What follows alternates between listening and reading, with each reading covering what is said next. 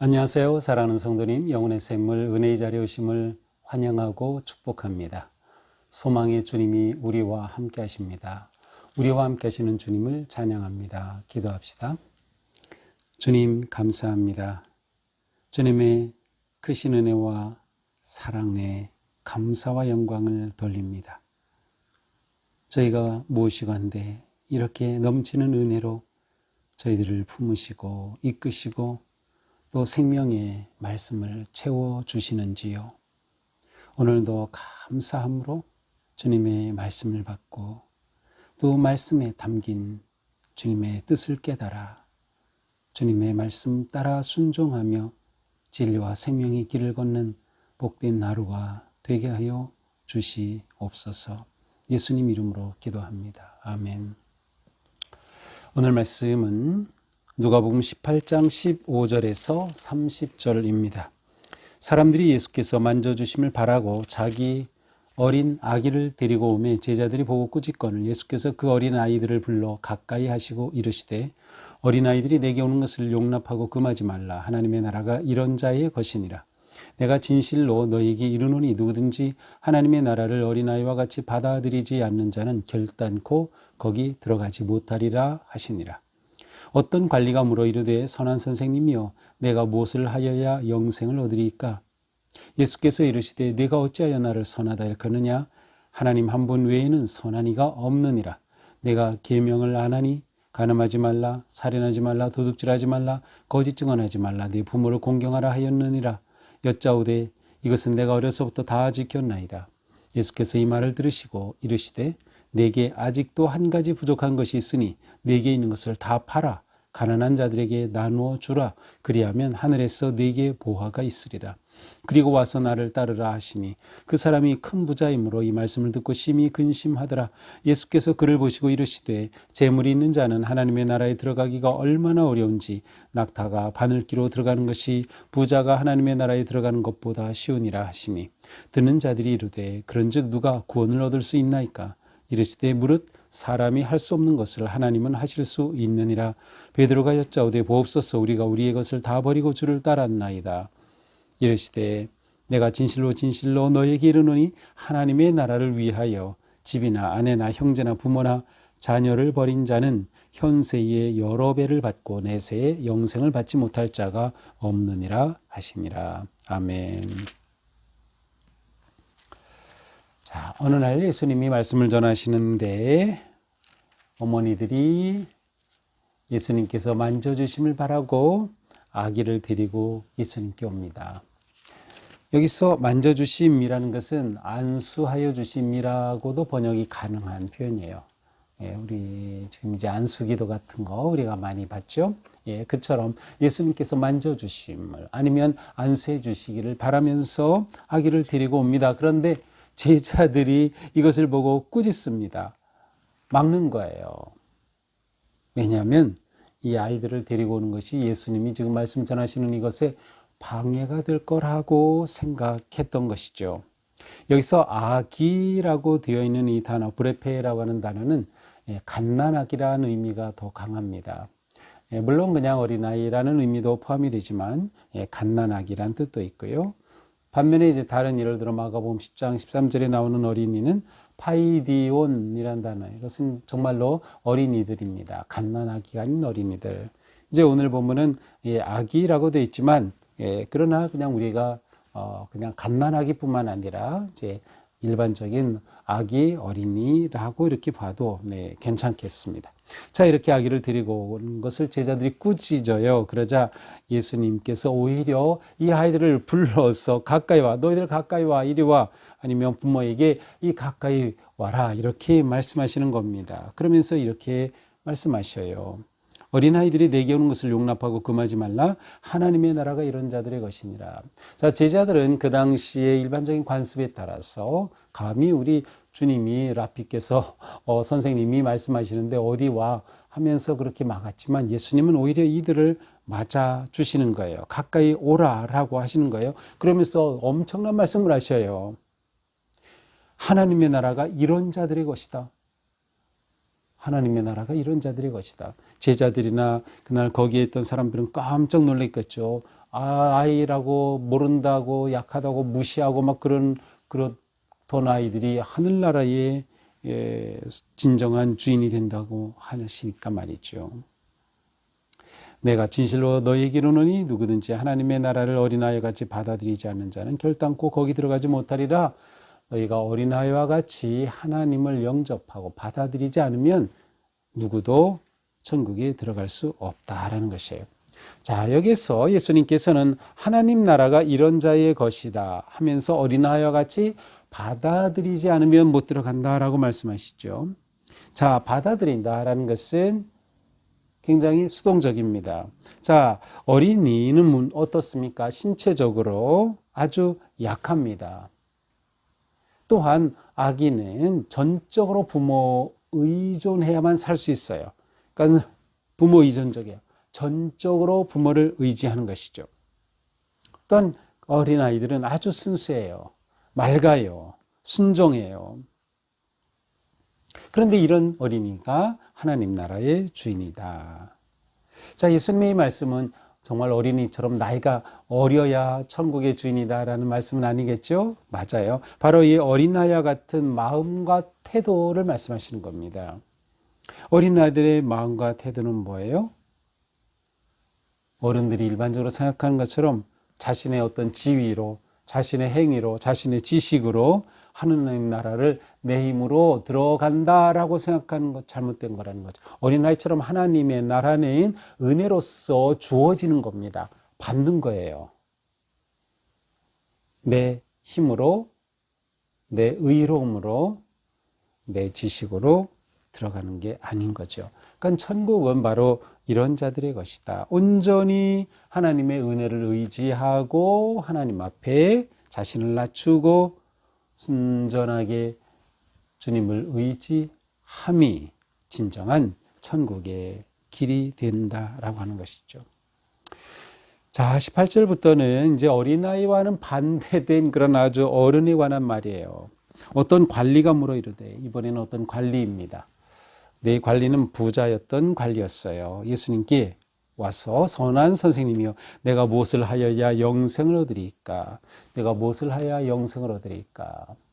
이 관리는 굉장히 영적인 그러한 갈망이 있었던 것 같아요. 그래서 예수님께 와 선한 선생님이여 어떻게 무엇을 해야 영생을 얻겠습니까?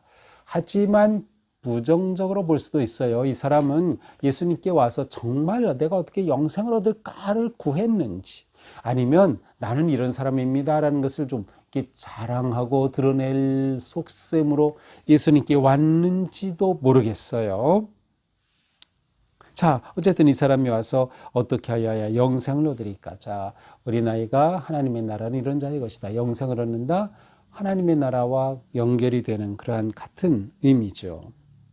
자, 그렇다면 앞에서는 어린아이와 같으면 천국 간다. 그러면 오늘 이제 뒤에 나오는 이 본문에서는 과연 이 관리가 어린아이와 같을까요? 예수께서 말씀하시죠. 내가 어찌하여 나를 선하다 하느냐. 나를 선하다고 어쩌면 이 관리는 예수님에 대해 자기 나름대로 평가하고 판단한 것인지도 모르겠어요.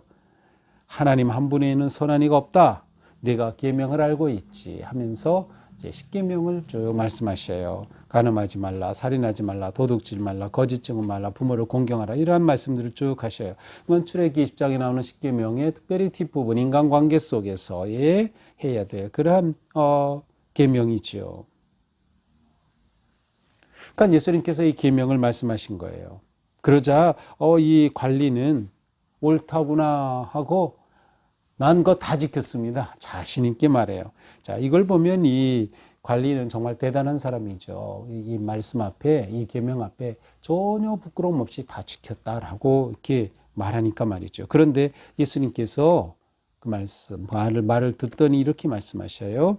내게 아직 한 가지 부족한 게 있는데 내가 그거 다 지켰지? 정말 잘한 거야. 그런데 내가 영생을 얻기 위해서는 한 가지 부족한 게 있다. 그게 무엇입니까? 내게 있는 것을 다 팔아서 가난한 자들에게 나누어 줘라. 그리하면 하늘에서 내게 보화가 있으리라. 그리고 와서 나를 따르라. 자, 그런데 문제는 이 관리에게 재산이 많았어요. 돈이 많았어요. 큰 부자인 이 관리인데 예수님이 너 가진 거 다 팔아서 가난한 자들에게 나눠주고 나를 따르라. 이게 영생의 길이다라고 말씀하시니 이 부자가 어떻게 합니까? 이 말씀을 듣고 심히 근심하더라. 그러자 예수님이 말씀하시죠. 재물이 있는 자는 하나님 나라에 들어가기가 얼마나 어려운지 낙타가 바늘기로 들어가는 것이 부자가 하나님의 나라에 들어가는 것보다 쉬우니라. 재물이 있는 자는 하나님 나라에 들어가기가 정말 어렵다. 그것은 낙타가 바늘기로 들어가는 것과 같다. 불가능이죠. 낙타가 바늘기로 어떻게 들어갑니까? 이 낙타라는 단어는 밧줄이라는 의미도 있다고 합니다. 그렇다면 바늘구멍에 가는 그러한 실이 아니라 밧줄이라는 단어를 쓰셔서 이게 정말 어렵고 불가능한 것을 표현하신 것 같아요. 그러자 이 말을 들으니 부자 관리는 이 말을 듣고 심히 근심하며 갑니다. 주님의 이 말씀을 받아들일 수가 없었던 거죠. 부자였던 이 사람은 영생을 어떻게 얻을 수 있습니까? 예수님이 답을 주셨는데 그 답을 받아들이지 못한 거예요. 그러자 예수님께서 말씀하십니다. 재물이 있는 자는 하나님 나라에 들어가기가 얼마나 어려운지. 정말 하나님 나라에 들어가기 어렵다는 거예요. 그러니까 사람들이 그러면 누가 구원 얻겠습니까? 아니 낙타가 바늘기로 아니면 밧줄이 바늘기로 들어가는 것과 같다니까 불가능한 거죠. 누가 구원을 얻겠습니까? 누가 영생을 얻겠습니까? 그러자 예수님이 말씀하시죠. 무릇 사람이 할 수 없는 것을 하나님은 하실 수 있느니라. 사람이 할 수 없는 거 하나님이 하신다. 자, 영생은 사람이 자기 힘으로 얻을 수 있는 게 아니에요. 사람이 할 수 있는 게 아니에요. 오직 하나님께서 은혜로 주시는 거죠. 그런데 하나님께서 은혜로 주시되 그 은혜가 누구에게 임하느냐? 주님의 말씀처럼 자기가 가지고 있는 거 다 내려놓고 가난한 자들에게 나눠주는 것. 자, 여기서 예수님이 말씀하시는 것은 돈 많으면 천국 갈 수 없다, 영생을 얻을 수 없다, 그런 말씀이 아니에요. 지금 이 부자에게는 한 시험이 지금 주어진 것이죠. 자, 이 부자에게 있어서의 삶의 가치는 재물에 있었어요. 이 부자에게는 영생을 위해 진정한 가치가 무엇인가? 주님의 말씀을 들었지만 그것을 받아들일 수 없었죠. 자, 재물이 영생을 결정할 수 없는 겁니다. 재물 많다고 그것이 영생을 받게 해 주는 것은 아니에요.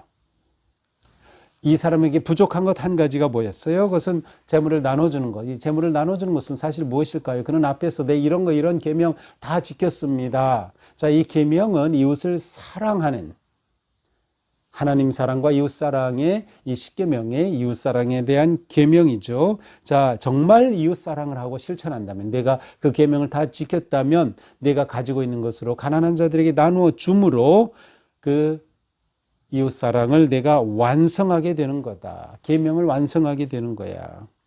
그때 나를 따라오면 된다라고 말씀하신 거예요. 재물이 영생을 결정하지 못한다. 재물은 하나님께서 주시는 것이다. 따라서 이 부자는 자기 힘으로 천국에 들어가고 자기 힘으로 영생을 얻으려 했다가 무엇을 하여야 하리까? 주님께서 이거 내가 한 가지 부족해. 이 부자는 그것을 받아들일 수 없었던 것이에요. 전적으로 하나님을 의지하고 전적으로 하나님 앞에 겸손의 짐으로 복음을 받아 영생이 들어갈 그 길을 이 부자는 선택하지 못했습니다. 그러자 제자들이 누가 구원을 얻겠습니까? 말씀하죠. 무릇 사람이 할 수 없는 거 하나님이 하실 수 있다. 그러다 베드로가 말하죠. 우리가 모든 것을 우리의 것을 다 버리고 주를 따랐습니다. 자, 우리 다 버리고 따랐습니다. 베드로는 주님을 따르면서 그물도 배도 다 버리고 따랐어요. 그러니 베드로는 아주 자신 있게 이렇게 말합니다. 그러자 예수님께서 말씀하셔요. 내가 진실로 너에게 이르노니 하나님의 나라를 위하여 집이나 아내나 형제나 부모나 자녀를 버린 자는 현세의 여러 배를 받고 내세의 영생을 받지 못할 자가 없느니라. 자, 결국 주님께서 말씀하신 것은 이거예요. 천국에 들어가기 위해서는, 하나님 나라를 위해서는 정말 중요한 것을 잡아야 된다. 우선순위의 문제예요. 이 관리는 재물의 우선순위를 뒀기 때문에 재물을 잡고 하나님을 놓친 거죠. 그러나 진정으로 영생을 얻고 하나님의 나라를 들어가는 자는 바로 주님을 잡는 거예요. 그래서 형제나 집이나 아내나 다 버리는 거예요. 이것은 문자적으로 버리는 것이 아니에요. 정말 하나님이 내 인생의 최우선이 되는 것이죠. 하나님이 내게 가장 중요한 분이 되는 거예요. 그 다음에 다른 것이 와야 되는 것이죠. 그렇게 될 때 현세의 여러 배를 받고 하나님께서는 또 갚아주신다는 거예요. 그리고 내세 영생을 받지 못할 자가 없다는 거예요. 그러니 이 부자가 예수님의 말씀에 순종해서 모든 것을 팔아서 정말 가난한 자에게 주었다고 하면 현세에서 여러 배를 더 받을 수 있었던 거죠. 재물이 그를 영생으로 구원할 수 없었던 거예요. 그러나 그것을 포기하고 하나님을 잡았다면 그는 하나님도 잡고 영생도 얻고 그러한 재물까지도 더 오히려 받을 수 있었을 것을 놓친 것이에요. 현세의 여러 배를 받고 내세의 영생을 받지 못할 자가 없다. 자, 결국 하나님의 나라는 하나님의 다스리시는 나라죠. 그렇다면 하나님 아래에서 온전히 하나님께 순종하고 하나님 중심의 삶, 하나님을 최고의 가치에 두고 하나님의 나라를 최고의 가치로 두고 오직 하나님 의존적인 삶, 하나님께 의지하고 맡기고 하나님의 뜻에 다 온전히 순종하는 그 삶이 진정한 영생, 천국의 삶이 되는 것이다. 결국 앞에 있는 말씀과 같은 거죠. 어린아이처럼 온전히 하나님의 은혜와 능력 안에 머물며 의존하고 주님께 맡길 때 진정한 영생의 삶이 주어진다. 그렇습니다. 우리는 정말 하나님 나라에 합당한 사람입니까? 혹시 나의 신앙생활 가운데 주님께서 한 가지 부족한 것이 있다라고 하는 그 한 가지가 있지 않습니까?